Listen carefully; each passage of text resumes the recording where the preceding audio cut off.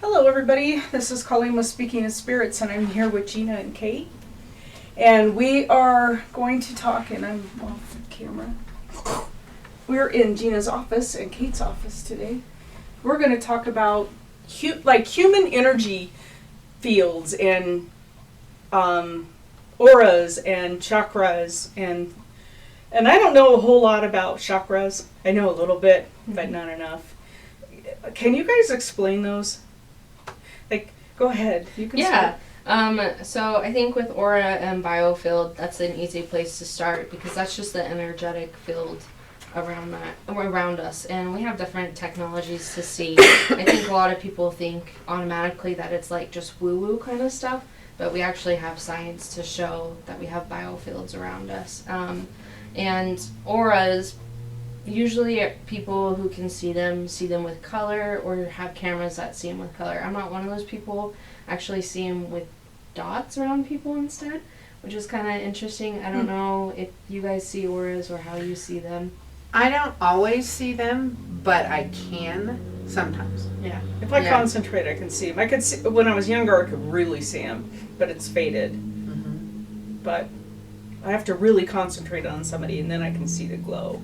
Yeah, I almost feel it more than I see it. As I can feel that, oh, this is really sucked in. So either this person is feeling stressed or like reclused from people, or else you get the people, like usually it's me. I actually have been told I have a big fat aura that lets into everybody's business. But anyway, I won't even tell you who said that about me. But it's like, yeah, that's probably true. Yeah, so you have the energy field around you, and then chakras are basically these energy centers. There's seven main ones, but some people say there's even up to 144 different types, and they just like go up and up. Mm-hmm. Yeah. I think now people are really starting to accept that there's 9. So you have your what's called an earth star or earth soul, or your earth chakra. I've heard all different types for it, but that one's like 6 inches into the ground below you. And then you have your root chakra, and then you would have your sacral, then your solar plexus, which is right here, your heart chakra, and then your throat chakra. And then you have your third eye, you have your crown, and then they have what's called a soul star chakra, which is 6 inches above your head. And I think a lot of people talk about those ones right now. And each one plays a different role, especially when you get into different healing modalities. Each one has a different color. I think most people have seen the pyramid or the rainbow color. My earth is definitely my... Yeah. That's where that's what I think is my earth is my big, like, that's where I'm really connected. Mm-hmm. Well, and it's important that you are, because that's your base. Yeah. It is like pyramid. That is you need to have that strong foundation, your primal things, your security, your home, your food, all of those basic necessities to live is in part of the root. And if that isn't strong, the other ones aren't supported. Yeah. Well, that's fine, but the problem is, I think too, that if you're stronger in one, not the other, that it throws you out of whack. It can. It can. Yeah, and what I think is interesting is the chakras almost kind of line up to Maslow's hierarchy of needs, if you've ever seen that, kind of what you were saying. Mm-hmm. You have to have your safety, your food, your shelter before you can get into like your creativity, which is your sacral chakra. Pleasure. A lot of, nurture. Unfortunately, trauma is stored in the sacral chakra. The next one is your solar plexus, which is a lot of the I am statements, like how you feel about yourself, how you see yourself, or put yourself out to the world. And then heart chakra, of course, is like your emotions. And then your throat chakra is how you communicate to the world. As a Gemini, that's the one that I almost always need work on, and I tend to be a quieter person, and so I always need help on that one. And then your third eye, that's going to be your intuition, like a lot of your spiritual gifts come through that one and through your crown chakra. And your crown chakra is basically your connection to the spiritual. To the divine, to your higher self, all of that. Yeah. So I have a question for you guys. Do you think that occupations follow chakras? Like, You were talking about, what's your solar plexus? Which Yeah, one? that's, I say it's the I am. The I am. state. Yeah, like I was Yeah. just thinking about trial attorneys. Well, I've been watching the Chad Daybell case Yes. a lot. But would they would have to be I am, the representative of this person, or I am the prosecutor, or somebody who really represent or who identifies with their occupation. Do you think that comes from that? I would definitely say it's a combination of that and the sacral, because sacral tends to be a lot of the like I'm courageous and powerful too Okay. kind of statements. Because I've never identified with my occupation. That's what I do. Mhm. Yeah. Well, and one of the other aspects with the solar plexus that I help people with, that is also so intuition, gut instinct. Mm. So when you have people in law enforcement or you have the lawyers, they need to have that be a very strong thing, because what the difference is, in my opinion, between the gut instinct and the intuition is gut instinct is based on the past. In this situation, when we pulled over a guy and there was potential for drugs, it's a higher risk. There could be guns. Right. So the police have to know how to handle that. Where an average person doesn't benefit as much. That's where your intuition is looking forward as what is coming to us. Where if the last guy I dated was really bad for me. Well, that doesn't mean every guy's going to be really bad for you, but you need to have that there so that you have your boundaries better and you're more aware. Boy, my gut instinct is huge. Yeah. Huge. And then But I think that may came throw from you- training too. Yeah, exactly. Law enforcement training, military training, but Mhm. it's like, Yeah, and it is. This is one of the fun things. People do this. Mhm. Well, we're covering that solar plexus. Mhm. That's Yeah, our protection. That's our Fort Knox. And the other cool thing that I associate with the chakras is the root, the sacral, and the solar plexus are the physical things. So I was saying, this is Okay, based on a security. physical thing Right, that has okay. happened, and now I know I don't just walk down a dark alley in a strange town in the middle of the night. right. Because it's dangerous. The heart is what connects then the psychic parts or the emotional kind of things. So you're being able to speak your truth. And this can be to others as well as to self. Because a lot of us are, I'm fine, it's fine, we're fine. Mhm. When that's just words and that's not the truth. Yeah. And then the intuition, and so that it gets bridged there with the heart between the physical things. And you want to make sure you have good balance because you need all of it. Well, yeah. And when one's out of whack, Yeah. all of them are going to be Well, out of whack. Like, it's- it's common for your root chakra to cover up your sacral and solar plexus to kind of like protect that whole area, to protect yourself. Yeah. So. Well, it's like driving down a train track, and if there's ties missing because one of them isn't working, the energy or the train doesn't get through like it's supposed to, and you become ill. You become out of balance. You get more insomnia, more anxiety, different things like that, because the flow of energy is not. It's barred in some way or buried, barricaded off. and then how would you work with somebody to rebalance? What do you do? And then I'll say what I do. Yeah, so I do Reiki, which is basically believing that you're a conduit to the higher realm or the spiritual realm, and basically you're just there to help that energy flow and heal in a way that's beneficial to the person who is receiving it, and it also tends to be beneficial to you too while you're using it. A lot of people who practice Reiki say they feel better after they do their sessions because they also receive some benefit. So, and it's kind of a woo abstract thought process to think about, but yeah, basically you're using energy to help align and heal the chakras. A lot of times, not everybody, but like I get messages or I just have these thoughts pop into my head, and I'm like, you need to be aware of this, or you need to work on this. And you can help them continue their healing throughout the rest of the day and for a few days after a session. Cool. Yeah, when I when I began, I didn't do Reiki. I just did my own energy healing. And then a gentleman, he actually recently passed away. His name was David Cunningham. He was from the UK and he worked with several famous people. But he was the one who taught me how to balance chakras. And it's a funny story. So I was at a crystal store. It was called In Heaven's Light. It is no longer open. And there was this most beautiful, like sky blue, light blue colored crystal. And randomly this person goes, oh, that's the same color as David Cunningham's eyes. And I'm like, who? And they're like, oh my gosh, he's this famous healer. And it's that crystal's calling to you. And I'm like, oh, okay. Like 2 other people randomly mention this person. And finally I'm like, so who is this? And they're like, oh, go online and Google. He's in the UK and blah, blah, blah. I'm like, okay. So I go online and he's in the UK, but there's a message thing. And I'm like, cool, I'll message him. I am a single mom, blah, blah, blah. Send it off. Come home on my birthday, which was about 3 or 4 days later. Hit the button, there's a message. Hello, Gina, this is David Cunningham, and I got your message. And I just wanted to let you know I'm going to be in Pocatello on Monday. What? Yeah. That's awesome. Wow. He had come here several times because he worked in lava and different places. And I was like, and then I was kind of freaked out and I didn't want to go. He literally called me, oh, I see that you didn't make an appointment to come in and talk to me, you know. So Wow. I'm like, I came up with every excuse in the book.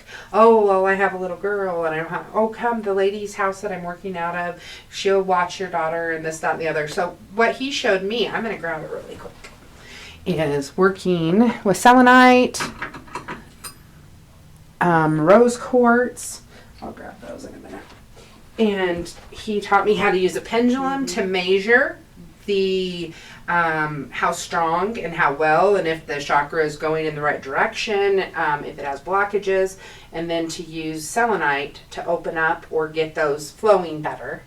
And it was funny, one of those intuition or premonition things. I wanted to take him a gift, but I didn't know what gift to take him. So my first husband was from Palestine, Israel, whatever way you want to call it, and he'd went back one time while we were together, and I said, bring me pebbles from the path that Jesus walked to the crucifixion. And he goes, you know that was like 2,000 years ago, right? And I said, yeah. And he goes, so it's not going to be the same. I said, it's that they're on that path. That's that's an important. So he brought me, back in the day when we had film in little canisters, a bunch of little pebbles from walking to the crucifixion site. So I took one of those with me to David, and I handed it to him, and he goes, whoa, what is this? And I'm like, this is a pebble from the path that Jesus walked to his crucifixion. And he's like, how did you know? I said, how did I know what? And he goes, I think I'm a reincarnation of one of the apostles. And I said the name of it. I'm not going to go into all the details, but I said the name of it, and he's like, and I said, I don't know, I do this, it's weird. But he and I were really great friends. I have several of his books that he autographed. He was definitely one of my mentors when it came to the balancing chakra and the energy work and all of that kind of stuff. And he was another person who, he went to touch me, and I did this because my neck was always super sensitive. I couldn't wear turtlenecks, I couldn't wear like choker necklaces, neck scarves, anything like that. And he said, it's okay if you'd been hung, or if anyone else had been hung as many times as you have, or had your head decapitated because of your abilities, you would have a very sensitive neck too. He goes, this is a normal thing that your body, through all of these reincarnations. And since he said that to me, people could touch my neck. I don't like to wear tight things. I can't at all. Yeah. And it was, he says you can see, and a lot of us have lines, and you've got some lines. And those are, they talk about when you're reincarnated, you have scars. Get out of here. Yeah. No, you have the scars that come forward from how you passed in previous lives. Oh, yeah. So he was really cool. The other ones that I have over there, I was just going to show you. Ooh. I used, just the thought of anybody touching my neck just gives me the shivers. Yeah, for me it's like at night. Like I feel like I can't have Oh, the sides no. of my neck exposed. No, or no else I blankets freak on it, out. no nothing. That's Yeah. why my hair's short too. Yeah. I can't even, like, craziness. Yeah. But yeah, it's funny because that's part of our, whether it's trackable DNA genetics, it's part of our. Like you and massage Yeah, I can't stand massage. the neck. So then Okay, so what else are you showing us here? I'm showing a Guru? little bit more. So what these are, I have the 7, and these are oils that were created in Giza in Egypt. And I actually bought these while I was there in 2018. They are aligned with each of the different chakras. They are aligned with different Egyptian gods that are supposed to help with those chakras. So I have a ceremony that I do where we use the stone that matches the chakra, and we use the oils, and they call it toning, and it's a sound that you say like, and there are different ones. As you go up, it's lower to higher. And it's amazing. The guy, his name was Adam, that made these. And each one have different, like, rose, or I'm trying to think of all the different ones. Not papyrus. But different herbs and plants and stuff that you find in Egypt. And he worked with his own meditation, with gods, to come up with the combination he felt that could heal the chakras. And one of the philosophies that I learned was disease comes from dis-ease, and dis-ease comes from being out of balance. And so when we can get our chakras in balance, we heal better. Our lymphatic system flushes better, all of those different things. But yeah, there's like little stones, and they have the little, I don't know, is this Hindu? The little Chakra symbols on yeah, them? the chakra symbols on them in the different colors. But yeah, that's for each of the different ones. And so there's lots of different things, and different people get called, or like they'll come into my office and it will be, okay, I feel like we should do this. And then we take in, I wanted to show this one too. Work with sound, work with... Yeah, I was going to say, I've been going to sound baths on Sundays, and like that has felt so good. It's amazing because most of them, because they're sound bowls, a lot of them, right? That high vibration is how we vibrate, but some of us still have that lower vibration energy still in us, and it disintegrates it away. It reduces it away. But yeah, sound bells are, or the sound bowls are huge when I'm doing the different types of healing sessions. But this one is my my do son. your sound, so All you right. can hear it. I love mine.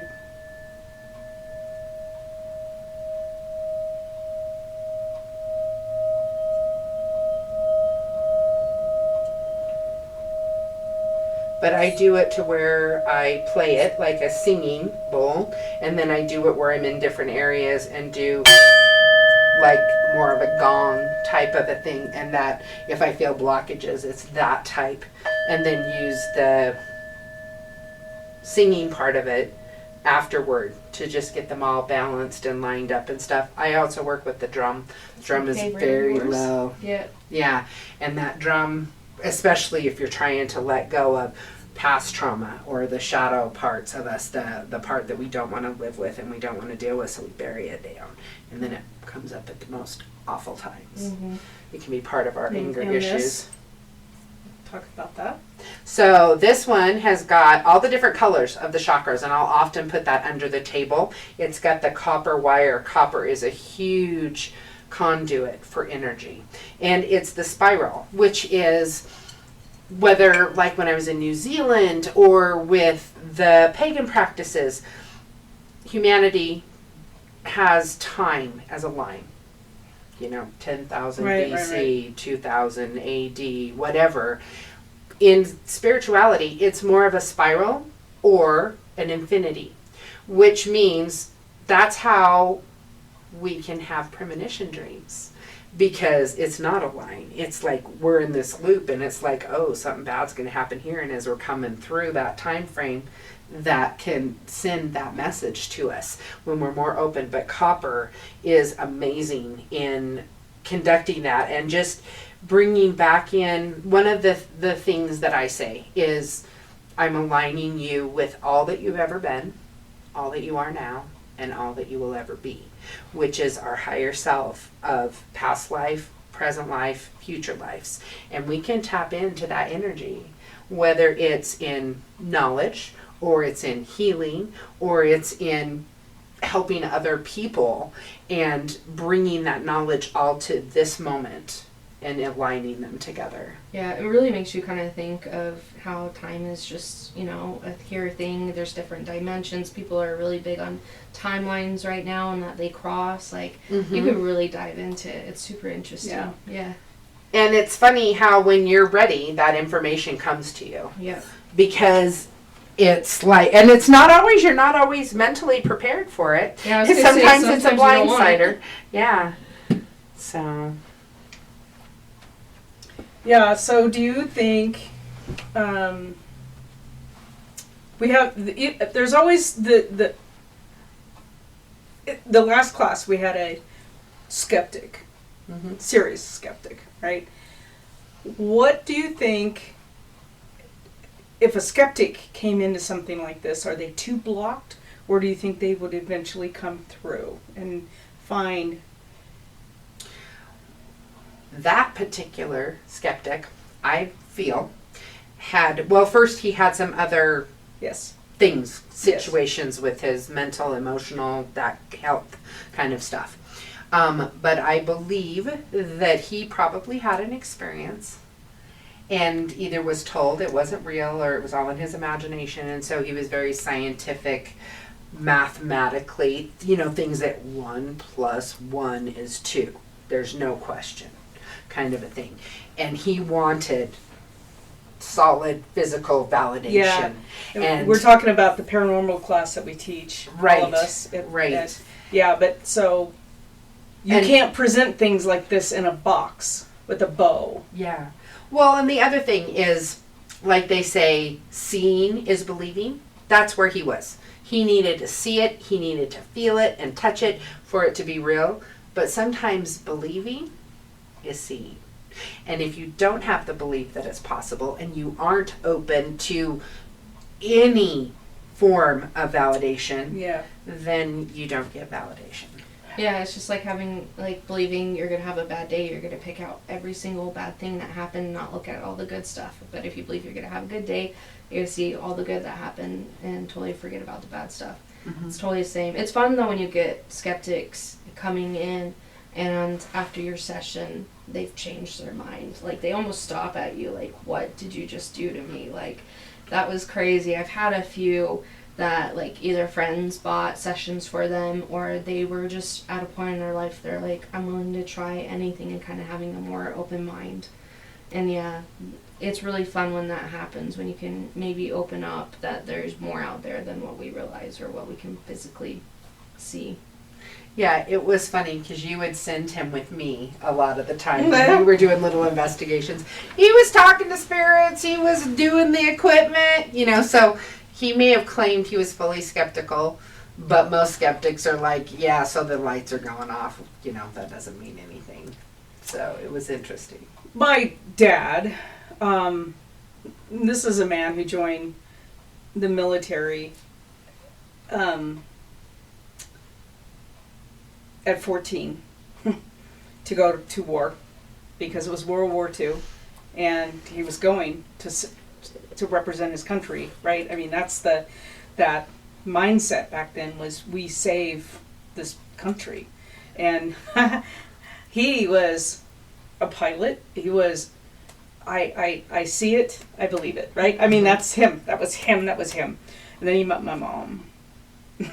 And she was as woo-woo as you can get with all this stuff because she was, for her, like you, it was just something she was born with and she had to deal with it. And my grandmother almost beat it out of her, tried to beat it out of her. She was very hardcore, my grandmother, with my mom. And so they meet, they get married, and I've told the story before, I'll tell it again. Sitting at the table, drink coffee in the morning, and he's got the newspaper out like this, headlines towards my mom, and she snatches the newspaper out of his hands going, "Oh my God." And he's like, "What?" She goes, "Kennedy was shot?" So what are you talking about? And she's like, "Look, And she shows him the article, but it's not the article that was there. But and he said it was at that moment it dawned on me that she was different. And she really saw things. She really, yes. And so he goes, describe to me what you see. And she goes, well, I don't understand. It's right here. And he goes, just describe it. Because she couldn't understand how he couldn't see it, and he couldn't see it. And he couldn't understand why she was seeing something he couldn't. So she said, it's the Cadillac. It was the picture of the Cadillac with Jackie Onassis trying to climb out of the back of the convertible, and Kennedy slumped over because he'd just been assassinated. And so he's writing all this down on a tablet, and then he said, who wrote it? What's the byline? So he wrote down the byline, and then pieces, like the story. She's reading it, she's crying. It was, in Dallas. It was the whole thing. So she's reading him, and he's writing all this stuff down. That day, that afternoon, it happened. Wow. The next morning, there's the picture. And he's like, oh my God. So from that, it was that moment forward that when she'd say, Bob, because he did a lot of, he was a test pilot too, and they built a lot of aircraft and restored a lot of aircraft, and she would say, check that aileron tomorrow, or look for grass landing, you're not going to be able to prevent it, or, I mean, it was like everything she said, and he just went with it. He went with it. So it's amazing. He was such a skeptic. Yeah. He said he didn't believe in any of that stuff because he'd seen hardcore war. For him, it was no. Yeah. But then he realized, looking back, I was gathering all of his medals and putting them in a case after he passed away. All his military medals and all the memorabilia and his patches and everything. And I didn't know this one story until he died, and a colonel was at his funeral and talked about this mission that my dad had gone on in Korea, and he basically saved the Marines that were stranded, that the Chinese were coming in to kill them. Basically, they were surrounded. They had one way out, and we had lost like 7 or 8 airplanes trying to get these guys the supplies they needed to get away. And it was a suicide mission. My dad took the mission. He said, I'll do it. He goes, I can guarantee you they're worse off than we are. And it was like 20 below in the cockpit pit. The instruments were all frozen. They were trying to navigate. It was just terror. They did it. And he got everybody back, right? And he saved all of these Marines. And I didn't know this story. And my dad before he passed away, he didn't tell me this story because he was a really humble guy. Yeah, I was going to say a lot of the biggest heroes are not the ones to talk about. But he did say that he remembers a few instances where it was his gut.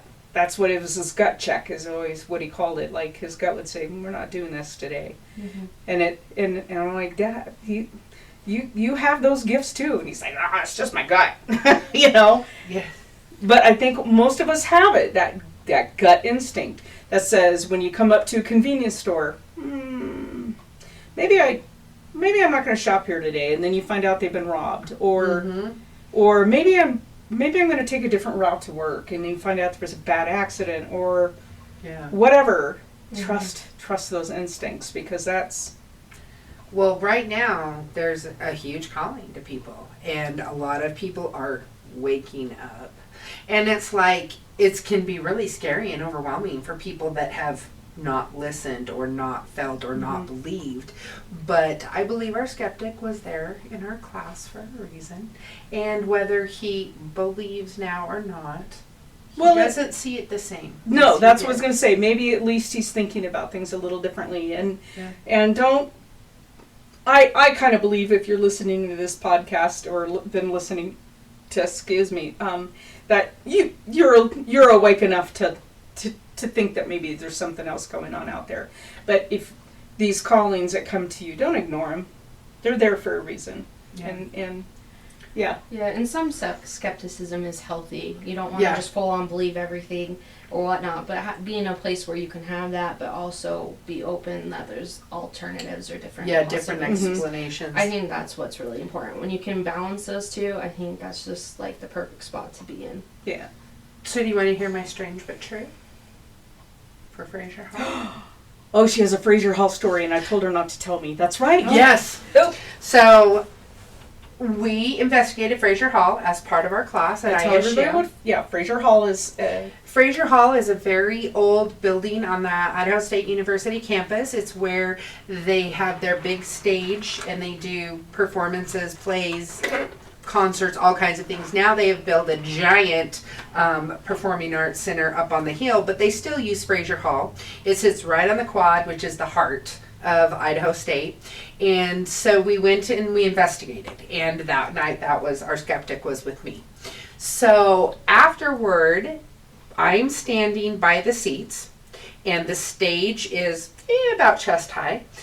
And there's like a little bench, a black wooden bench that goes all the way around the front of the stage, and there's drapes that hang down for when they need to go under or come up or do whatever. So I'm standing there and I have my knee up on the bench and I'm talking and I feel this on my leg. It didn't hurt, but something grabbed my knee. And I'm like, okay. And the curtains kind of fell down and I'm like, usually they don't touch me, but they had talked about that there's something that's either in that lower level or underneath the stage. And we had been down there. It was interesting. I was trying to help a spirit cross that other people sensed. That spirit was not communicating with me. But I knew that I needed to just try to help this person cross. So we'd been under the stage, and some spirits don't necessarily want their guests to leave, or they don't want people up in their business, so that was after we had done that. And I literally had a bruise. It did not grab me any harder, any harder than what I just did to you. And it was the inside of my knee. So usually if you're going to bump your knee on something, you're going to bump the outside of it, not the inside of it. And so I was like, okay, that's interesting. So the end of April, I went to watch my friend who dances with Dancing with the Stars. They were doing a fundraiser for, I think it's called Medicine Without Borders or Doctors Without Borders. Oh, Doctors Without Borders. So there was a medical professional and a dancer paired up, and it was like Dancing with the Stars. So they did this dance competition at Fraser Hall, and afterward I took my giant lug of a purse and I sat it on that bench. Believe me, it weighs like 35, 40 pounds. It does. It does. Actually, is it here really quick? It's so big. Because it's so funny how this happened. I don't know. Yep, I did. So I'm going to bring it over here. If she ever hit you with this thing, oh, you would die. it's bad. Yes. You would die. It's massive. And so here it is. Everybody says, what do you have in there? Rocks? Of course I do. And crystal. Thanks for asking. I'm zipping it because I'm going to try to... You can't even zip the damn thing. It's craziness. Well, I just don't want everything to fall out. So I have my purse sitting on the bench like this. Okay? And it is next to me. Yeah. And I'm standing. No knee. I did not put my knee up there again because I'd gotten grabbed last time.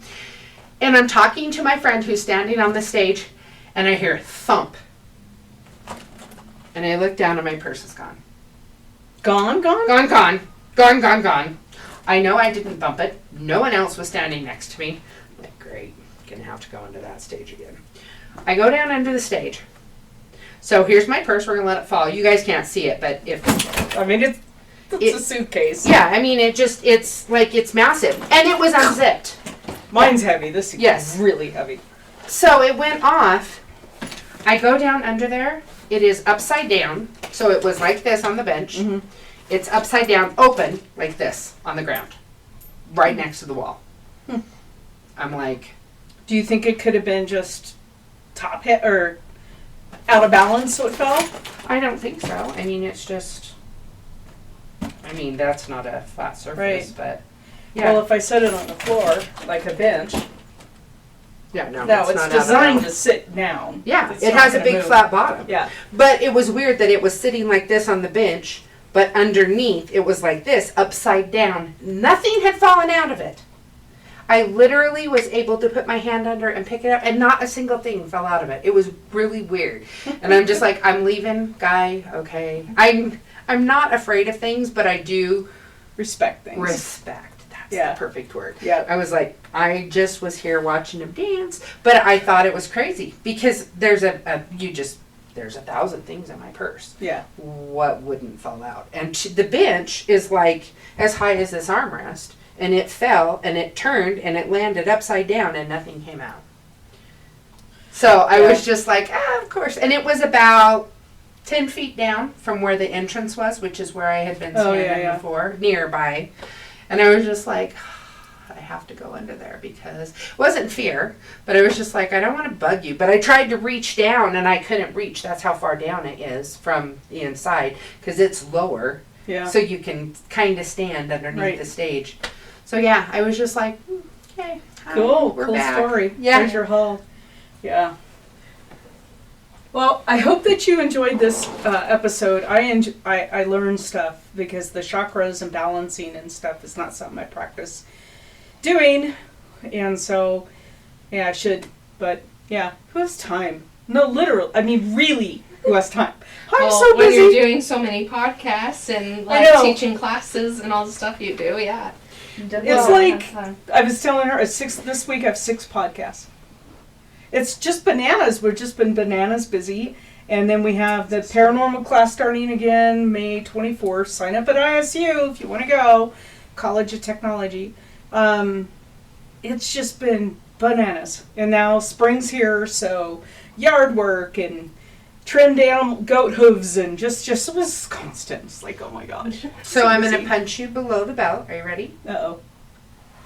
How many days have you been down because you don't feel well, your back hurts or your neck hurts or whatever other health issues have come up? Have you had time that you've missed being able to do all the things you want to do or go to work or take care of animals? Yeah. So you take an hour to balance those chakras. I know. Look at her. Yeah, Just saying. and I'm preaching to the choir. It's hard. It is. It's like carve out one more hour. Yeah. It's But tough. sometimes, like I have, and you have this too. You have a person that finally comes in and tries Reiki or tries the energy or tries the chakra balancing, and they're like, that worked. That really helped. Mm-hmm. And then suddenly they start coming. I have one that comes once a month. She used to have issues with opioids for pain because she has severe back and neck trauma. And she's had surgeries and all. She's like, I don't need to take opioids anymore at all. That's awesome. It goes for a month. And sometimes, like, this person's in a big move right now and she's like, part of my back is still hurting. And it's like, well, get the stuff you needed to do this weekend done and then come back in and let's work on your back a little bit more. Because it's like, it takes an hour out of your life or 2 hours depending on, how we do the session. But then you actually feel better and things flow better. Mm-hmm. You know what's nuts is that our medical insurance won't pay for any of this stuff. I know. This is... Here's the crazy. You ready for this? Back east, what is the big one in Bethesda, Maryland? It's one of the big Navy, university Bethesda. hospitals. That's where I used to go, is Navy. Bethesda. Well, no, this is one of the big hospitals. Like, there's the Mayo Clinic. It's one of the big university hospitals, like University of Utah. Anyway, they're starting to provide that as part of their benefits to their patients. And I have a friend here in town who used to do massage therapy for veterans, and their insurance helped pay for it. So it's coming around. The VA will send you to massage therapy. They do that. Mm-hmm. They will pay for so many sessions, but it's got to be this massage therapist. Can't be your own. And and they actually sent me to use my VA benefits to go to sound therapy. Kind of. Yeah, it was a type of sound therapy. It was to help with PTSD. So you listen to it and you're listening to music through a headphones and it skips every time you go too left or too right. Oh, cool. Yeah. So you're listening. You're aware of them for a while, and then after a while your brain stops listening to it and you're watching just a screen of motion, and if you get too left or too right in your brain waves, because you have the little electrodes they put on your head, it'll skip. So it puts you right back to center again so that you're focused. And then if it starts veering too left or too right, it skips. And I found after like the third session of coming out of that, I felt great. Like it was great, and then he quit doing it. I probably went to 20 sessions and then he retired. But the VA pays for that. That's awesome. It's amazing stuff. Yeah, they're slowly becoming more aware that health isn't just physical. And it's pills. mental, emotional. Yeah, pharmaceuticals. Right. Yeah, and it's like sometimes it's just even the relaxation that you get from it or the balancing that you get from it that makes your body function better. Right. Learning how to do lymphatic touch so that you drain your lymph system, because how many people have we heard, oh, we got cancer and it went in their lymph system and now they're stage 4. Right. Because that is our center for healing. So Cool. Well, thanks everybody for joining us today, and we will talk to you next time on Speaking to Spirits. thanks. You've been listening to Speaking of Spirits, powered by Pocatello Paranormal Research in Pocatello, Idaho. Thank you for joining us today. We're glad you could be here. If you're enjoying the podcast, please do us a favor and go to whatever platform you are listening to the podcast on and give us a review. We prefer the 5-star reviews. This helps us know how we're doing, and it helps others to find the podcast. Thank you for joining us, and we hope to see you on our next podcast.